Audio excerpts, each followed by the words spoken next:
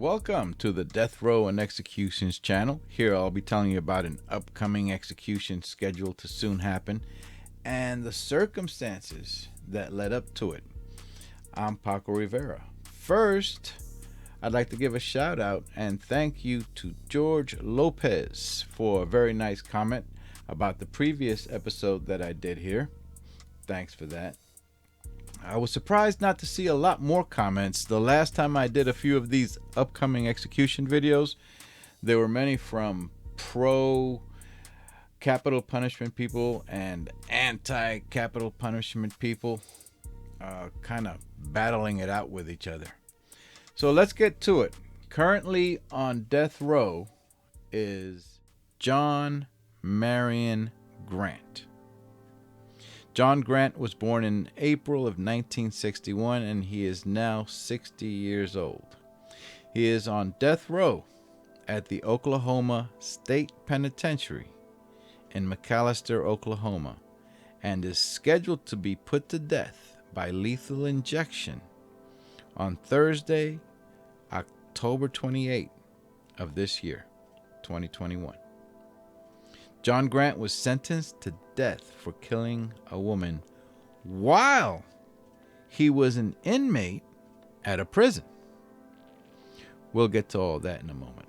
This will be the first execution in the state of Oklahoma since 2015.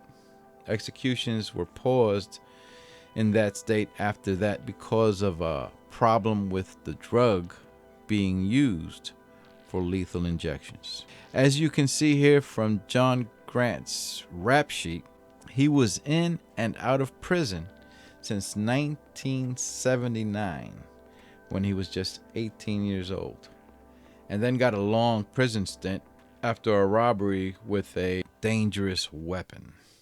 So let's take you back to how all this started. What got John Grant sentenced to death? In the city of Hominy in Oklahoma, John Grant was doing time in a prison there in a facility called the Dick Conner Correctional Center. It appears from his incarceration record that he had been an inmate there since 1981. 18 years later, in the year 1998, Grant, now 37 years of age and still in prison, he was given a position to work in the prison's kitchen alongside other kitchen workers whom were not inmates, workers that arrived for work each day and then went home. One of those workers was a woman named Gay Carter, who was a supervisor in the kitchen. Gay's daughter also happened to be an employee at the prison. At some point, Gay Carter had John Grant removed from working in the kitchen after she reported that he was continuously arguing and fighting with other inmates while on the job. He had also argued with Gay Carter when she reprimanded him for his behavior. John Grant was not happy about losing his job in the kitchen. It appears he very much enjoyed his position and it was taken away from him. Now, sometime later, on the morning of November 12th, 1998, John Grant and Gay Carter had argued about the breakfast tray that John Grant was served that morning, and he had reportedly said to her, "I'll get you, bitch." The following morning, on November 13th, John Grant looked at Gay Carter again and said, "You're mine." Later that day, as Gay Carter was walking from one building to another in the prison, John Grant was now carrying a handmade knife, referred to as a shank in prisons. The shank was later reported to be similar to a sharpened screwdriver.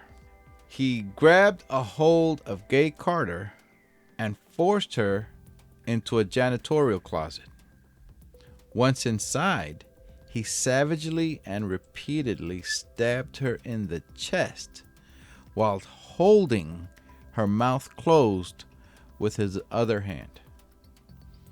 Some witnesses in the area called out to a correctional officer who came over and found John Grant still struggling with Gay Carter in the mop closet when he arrived. Grant turned and faced the correctional officer. He looked at him with a blank stare and then ran across the dining hall into a storage room while still carrying the shank in his hand. Grant shut the door, closing himself inside. More corrections officers arrived. A wire mesh window on the door for the storage closet John Grant had gone into allowed them to see and speak to Grant. He was ordered to lie on the floor. Instead, Grant held the shank to his chest and ran into the wall, attempting to stab himself to death. A special team of correctional officers eventually entered the storage room, and Grant made stabbing motions toward them. However, the officers were able to subdue him with the use of a taser. The medical examiner later reported that Gay Carter died as a result of 16 stab wounds and that her aorta was punctured, causing rapid blood loss.